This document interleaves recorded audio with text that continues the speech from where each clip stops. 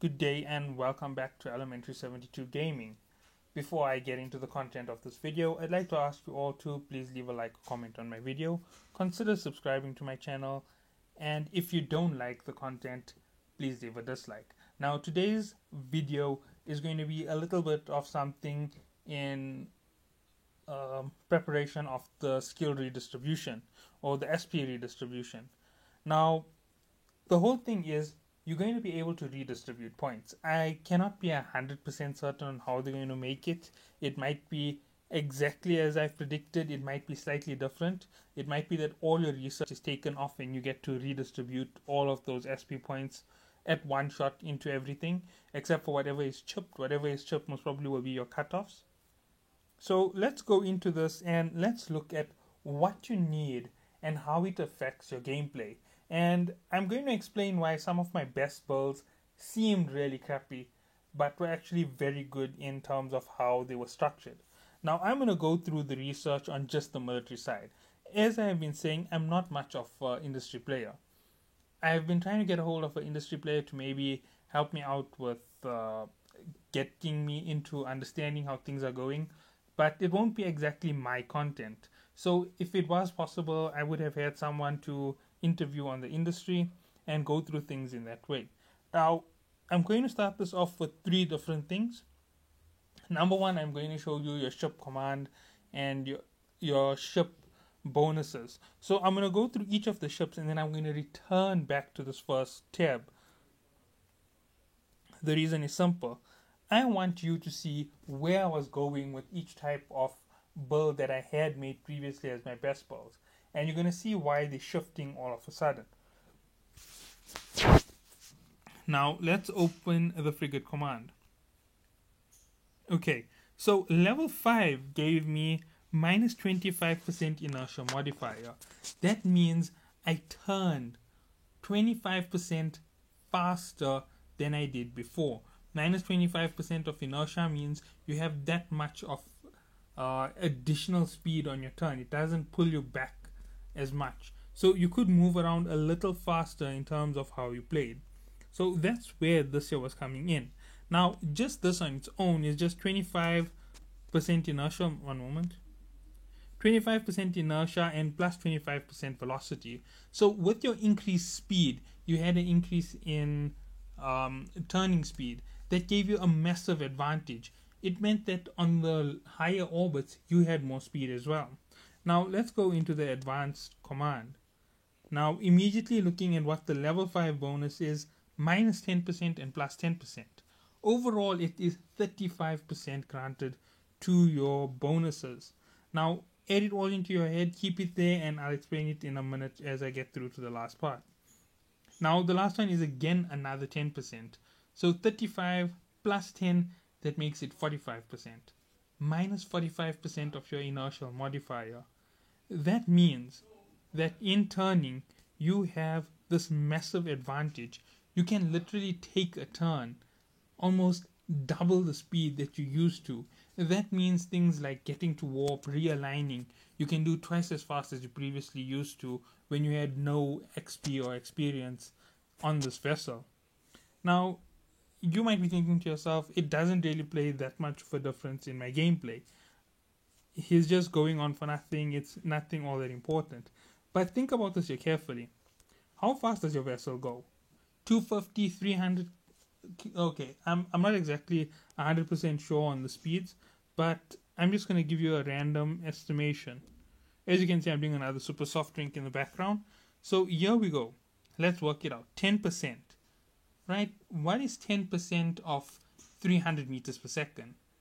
It's 30 meters per second. So it's an additional 30 meters on every 300.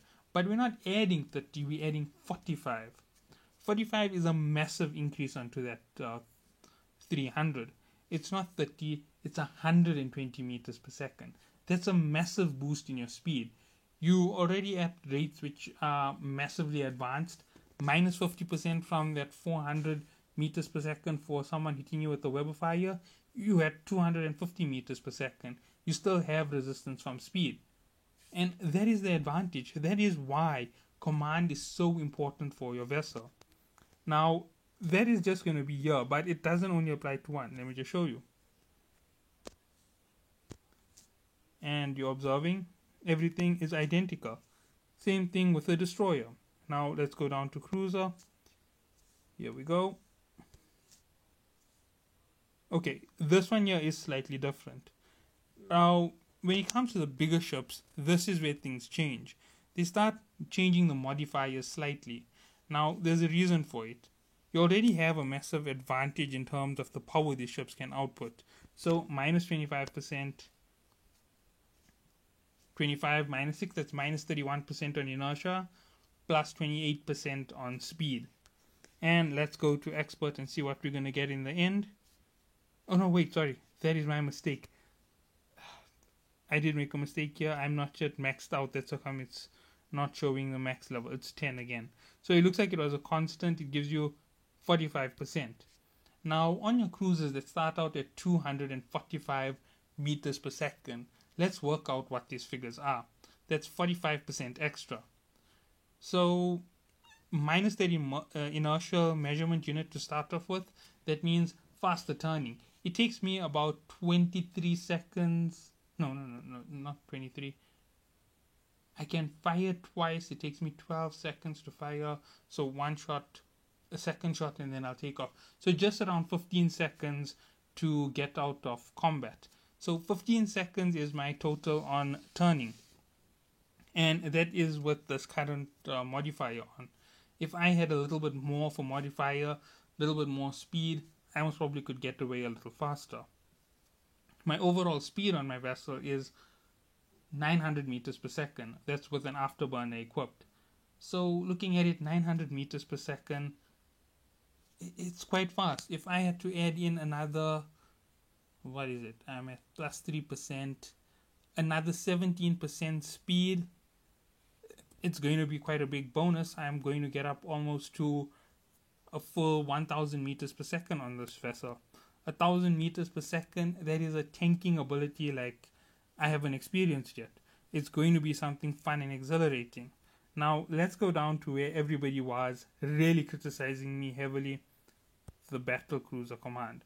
Now it's going to be 25% just like the others, but have a look at where I am. This is what I got by upgrading one on top of the chip that we got.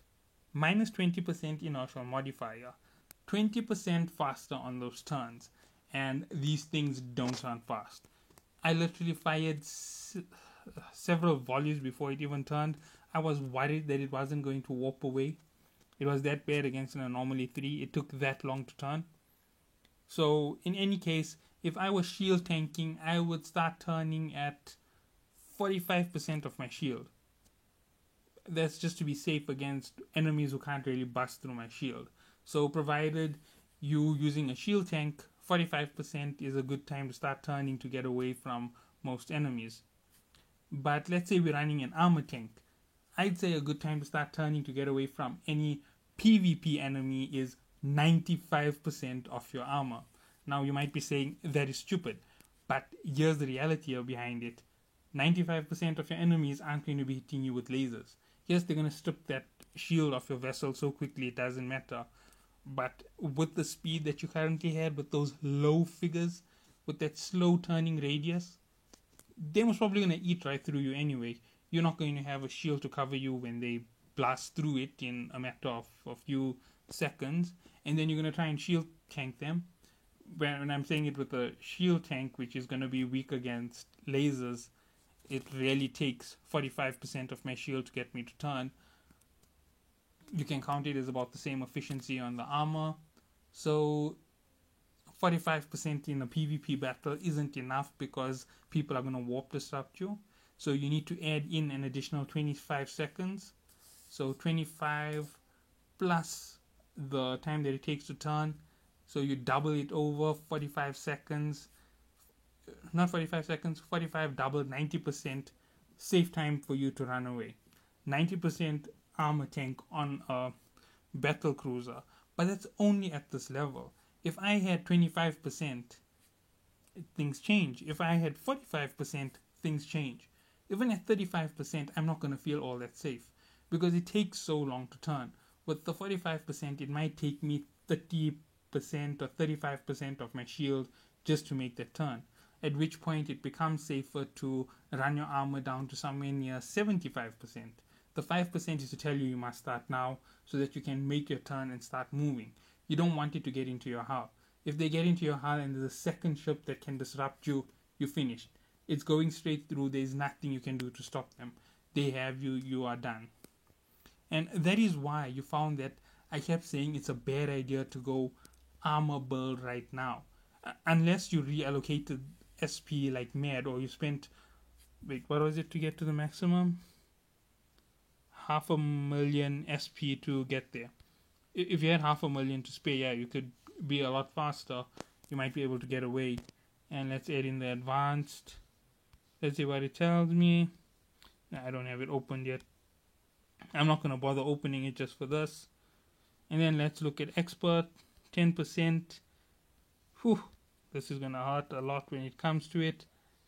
I'm thinking an easy 45% off that time. From where I'm standing at 45, if it comes all the way down, I'll be able to get away with 20% shield. So 20% shield is good enough for me to realign. And that's about as fast as my cruiser is right now. 20% shield is going to get me away, but that's a far smaller shield, and it's not even a relative comparison. Just thinking about that, work it out in your head.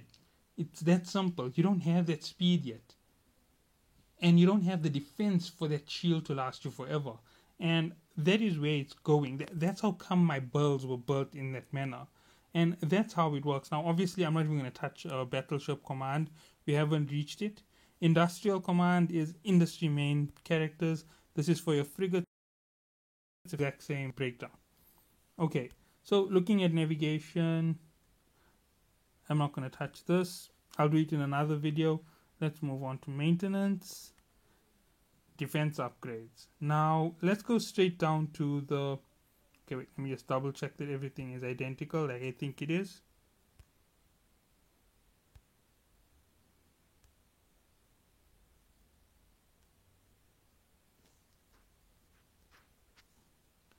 They add 50% of each. We'll figure it out the moment we touch the next one. Plus that's 75%.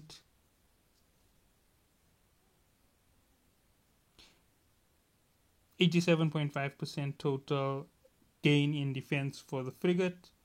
Let's look.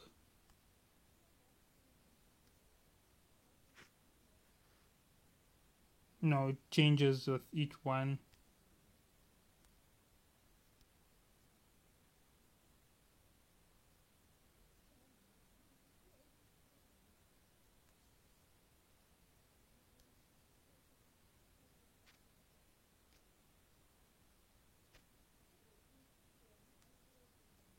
Oh no, it's actually exactly the same.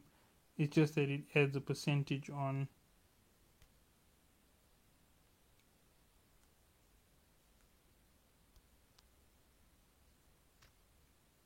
Okay, so it adds on a percentage of defense to you. So they add in a standard set in the start, and everything changes on the last set. Yeah, so that's 500 added with each level. And this one you will add a total of 25% in the totals.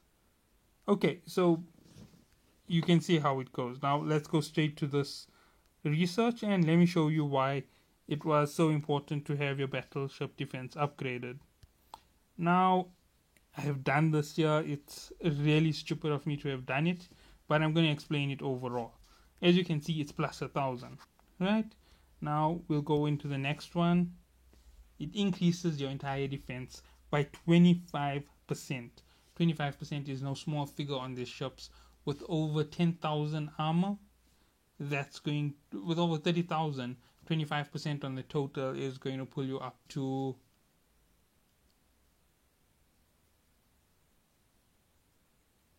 37,000 defense. Adding in extenders or any type of upgrades to it is going to then push you up. Add another 12.5% for the final expert level, and you have an armor tank, a shield tank, any tank that you need. Now, where does this help you? If I'm going to go in with these vessels for PvP, once I have this on with command, it doesn't really matter anymore what I'm running in my builds. If I'm running an armor tank on an armor tank build vessel, this is going to be the most optimum manner for me to use. Because at the end of the day, I don't want to get caught and have someone blast right through me. I don't want to be trying to shield tank or armor tank damage and figure out halfway through the fight I can only last for 25 seconds in a fight and then I need to run away. I've got a big vessel. I intend to sit in this fight and take a beating, and I intend to fight back properly. But considering the amount of damage I can sustain, I have to think about running away every single time. And that's the reality in PvP. You can't count a gate camp or a station camp as the norm for your power. You have an unfair advantage over your enemy. It's literally an adult-faced infant who can barely crawl. That's exactly what you're doing. You're basically just waiting for them to come out of the womb and you chopping them with the axe. It's a natural serial killer, in other words. I'm just giving you that example. And you can't hold that up to going up against a grown man who actually can pull your hands down and give you a beating.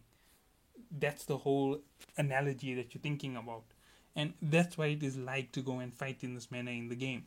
If you don't have the skills, you are going to get wrecked when you jump out of your base. And these actually help you major in these factors. When these grow into larger numbers and they are nice and well developed, your tanking ability improves with it. Now I'm just going to move on one forward to electronics. Now these are going to be different or they're going to be identical. I'm not exactly sure. Plus 25, minus 30%. Okay. Plus 15, minus 30%.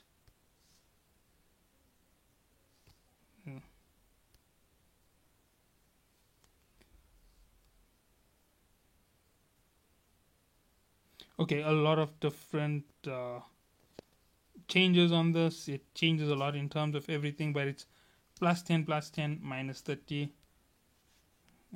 Lost track of my figures. 25, 30.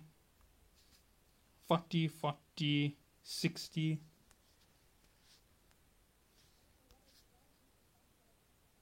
50, 90. So 50, 90. Let's see if it holds up to the next one. If it does, then I'm just going to go up with a straight calculation.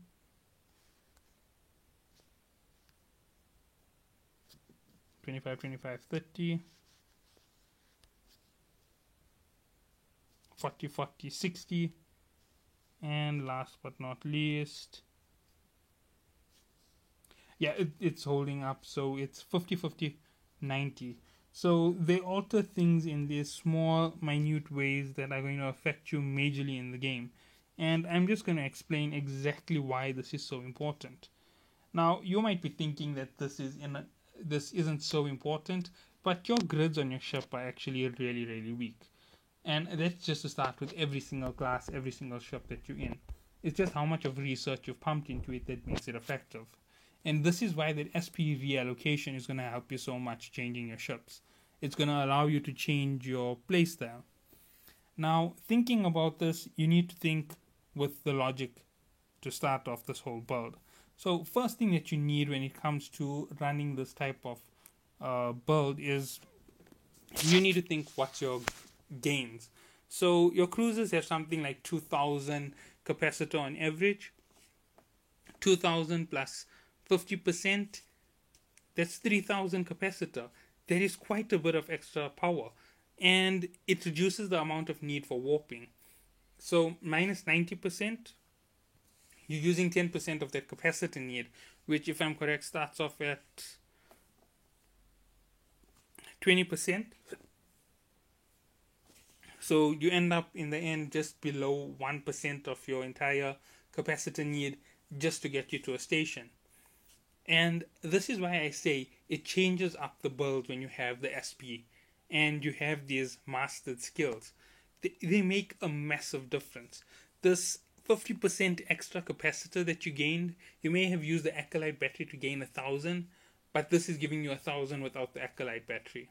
And it's permanently there. You don't have to boost it on for 60 seconds to use and then have your ship run dead. Basically, you waste 600 to gain 400, and that's all you gain, that little bit of extra power. It's not like you're gaining a massive extra pool of power that you're always going to be able to drain out of. So, thinking about this logically, this is why you don't just go and run to the next vessel. All of these pieces of research play a part in your builds. You need to think about it. Now, I've just given you the basics on your ships. The next thing is researching your fittings.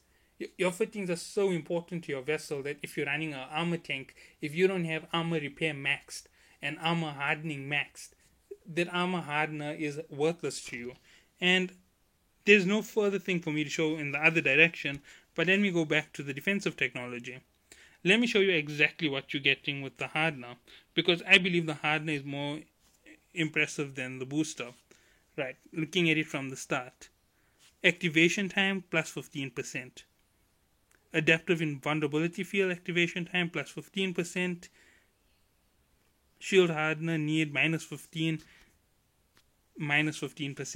Minusing the need on your capacitor. This is so big that you don't even realize how much it's helping you in battle. It means it can run non-stop without it eating away at your power. You always have that extra power for your booster, for your shield extender, for whatever else you're going to throw on. And then it doesn't end there.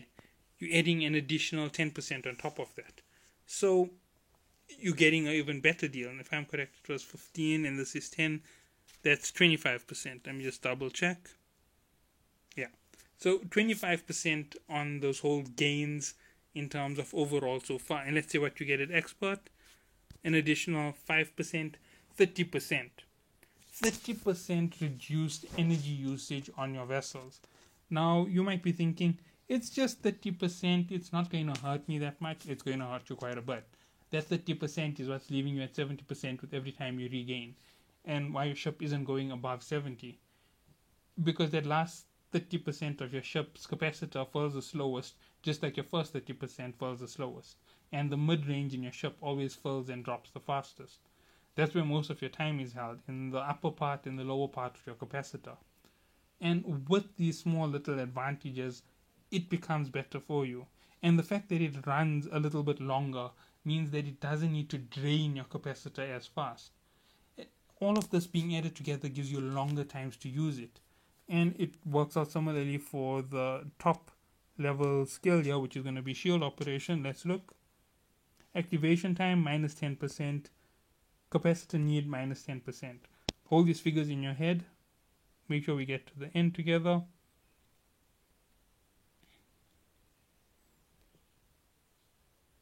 Minus 10, minus 10, minus 15. And this is power grid need. So now this massive 83 megawatts, which is draining your grid, is going to drop by 15%. This isn't a small bonus. This is a massive bonus. That means you can now, on your bigger vessels, if you run your research properly, with this reduction, you can run something bigger in another slot. You can maybe run a large missile launcher on your cruiser. It gives you that little bit of, not on your cruiser, on your battle cruiser, because you have that little bit extra power in the grid, and you've already upgraded your grid, and you have more power, everything is at your disposal. You now have the advantage, you just need to play it. And that is where your advantage comes in. That is what you are aiming for. And with everything in this, I don't even know how to explain how much of a help it's going to be to you, but everything overall being put in is giving you a greater benefit to your ship. That faster activation times means you recover shield quicker, and with the reduction in capacitor need, it means you're basically gaining double. That means when someone hits you and you lose 20% of your shield, you can regain the 20% and rebuild up. That means they can keep hitting you if they're taking you at 20% a hit. You can maybe regain 15% hit lives. And that means they're only taking you down by 5% each hit. And how long is that going to take them? You counted 5% of 100, that's going to take them 20 hits to take you down. You literally extended the time. If you were running it without all of the research, you're not getting that extra time. Your fight is getting reduced in time. And these are things that you play, and these are things which the pros already know. And this is how the pros have been trying to play the game. They've been trying to play the advantage of maximum research with their current pearls. And this is where it doesn't balance out well. And let me explain why. Overloading your ship with a double shield booster, yeah, it works according to what people have told me. I'm wrong on exactly the penalty, but you're running double, you're gaining that shield double the speed. So you can gain back up 20%. But the power need is still that standard need of that first level. At the advanced level where you've lost, what was it, 30%? 30% of that power need, it's a massive difference. Remember, it's 30% on each activation.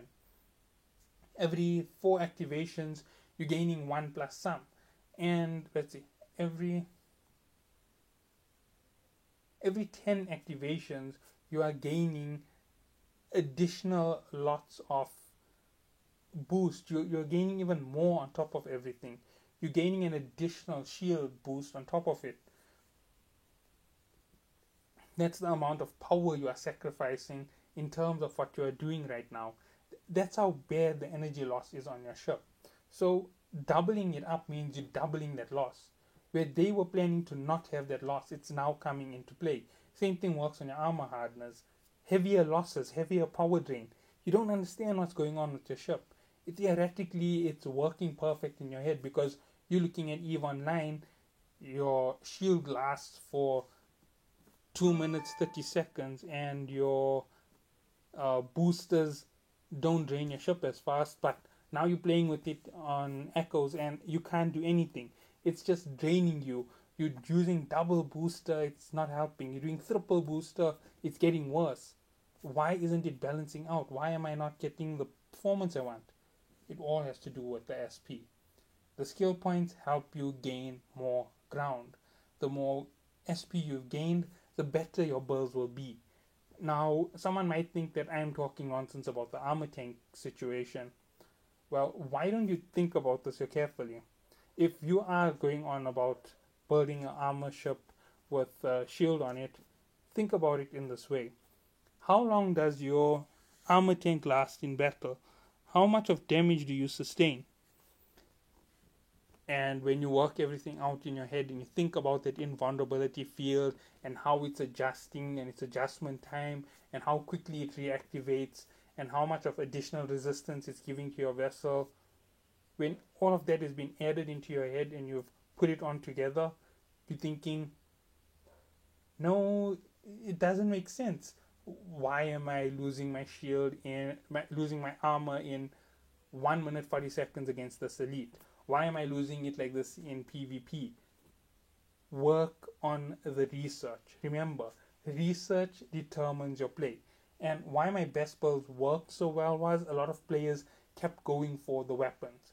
And it meant that I can just focus on weapon research as my primary and cruiser research as my secondary, and I understand exactly where everybody is. And the little bits here and there where you're focusing any technology bits is 1 week worth of SP. So 1 week to get yourself ready to do the best build that I'm talking about. And I did talk about the SP originally when I was talking about it. You do this research, you do that research. I took it out of the videos because I wanted to save time. I didn't realize how big of a play it was and how much it explained the whole situation. Now, the inertial modification, 45% quicker turns. Do you have any idea how much that affects you? If you take a minute to turn, minus 45% of a minute is just 35 seconds to do that 60-second turn. So there you go. 1 minute turn becomes a 35-second turn. It is a ridiculous reduction. 25 seconds are gone. You have the advantage. You've won something in terms of where you are. And you need to be thinking like this moving forward. If you do this, your game is going to get easier. If you want to just keep playing your Pro Build, yeah, you can keep playing your Pro Build. But if they change anything, if they rebalance anything in the game, let's say for example they decided to boost up shield boosters or the immunity from hardeners by, let's give it a really good boost, 25%. Your assault build, which is going to work in the end game, has no longer got its edge. Anybody who runs a tank is going to tank you out. Your assault build, which required you to sacrifice some power, is now going to hit a shield that is stronger. And you only had 1 minute 30 seconds to beat them. The shield used to last them 1 minute. Now it's going to last them 1 minute 40 seconds. That means they now have the edge in this fight. They're going to last till you are out of power. The whole dynamic changed. You need to remember this. Things can change like this here. Small little advantages make big effects in the game. And even though I said it's just a 25% effect, I reduced that time by quite a bit. 1 minute to add 40 seconds to it, it isn't 25% extra, it's more. And now why did I do that there? Because that ship doesn't have to recharge as much shield as it did originally. It recharges a little bit and a lot slower, so the power need isn't as heavy as it originally was. It balanced out, it came up for them, it's benefiting them in a larger aspect. And you need to think about this as those pro players from EVE Online. This is EVE Echoes. Think of it as a brand new game. Think of conquering it the same way you started EVE Online and work your way through the game. Don't just be EVE Online was where I was the king. I'm going to be the king on EVE Echoes. EVE Echoes isn't EVE Online. It is a different community and a different playstyle. Yes, some of you are from the EVE Online community, but EVE Echoes has a mobile gaming community on its side, and the mobile gaming community is way tougher than just the computer community, because computer gamers, I'm saying this here from experience, I've played online computer games. Computer gamers can only sit at their PCs for a limited amount of time. They don't get the opportunity to just pop out their phone in the middle of work and take their half an hour lunch break or half an hour worth of break and play the game. You can't go home and just use your 30 minutes to play the game. You have time to start up and switch off your computer. It'll eat away at your lunch break. The phone is just flip it out of your pocket, quick play, done, put it away. And that's where everything changes. People can calculate and do things anywhere. They can move around, they can do more. And if you keep your old style and your old technique, when things change in this game, you are going to be left behind. Even though you're a pro gamer of the EVE game, you aren't going to be a pro on EVE Echoes. You're going to be a pro for EVE Online and the noob on EVE Echoes because you use the EVE Online Pro build in EVE Echoes, which was adjusted in game, because adjustments are going to come. They're definitely going to adjust things. They might just nerf a whole lot of the damage from a laser to give the laser class ships a little bit more shield or a little bit more armor or a little bit more resistance. They're going to take something and give something to each of those classes, and it's going to make a major effect coming up in the T8 and T9 research. You're going to see tons of players going for it, because if things keep on the pattern that they're going at the moment, T9 is going to be double T8 and T8 is going to be double T7, so it's quite a bit of research. It's going to be almost 10 million just to get to T8 complete, and it's going to be 20 million just to get to T9 complete. T10 is going to be something like 40 million SP, and that's quite a large figure, and you need to think about it, and that is where the game is heading, and you need to be ready to do this. Now, this is a rather large discussion. It isn't even a third of the way through. There's still way more to discuss, and I will be doing this in another video. Unfortunately, I don't have enough time to continue with this, so thank you all for watching. Have a good day.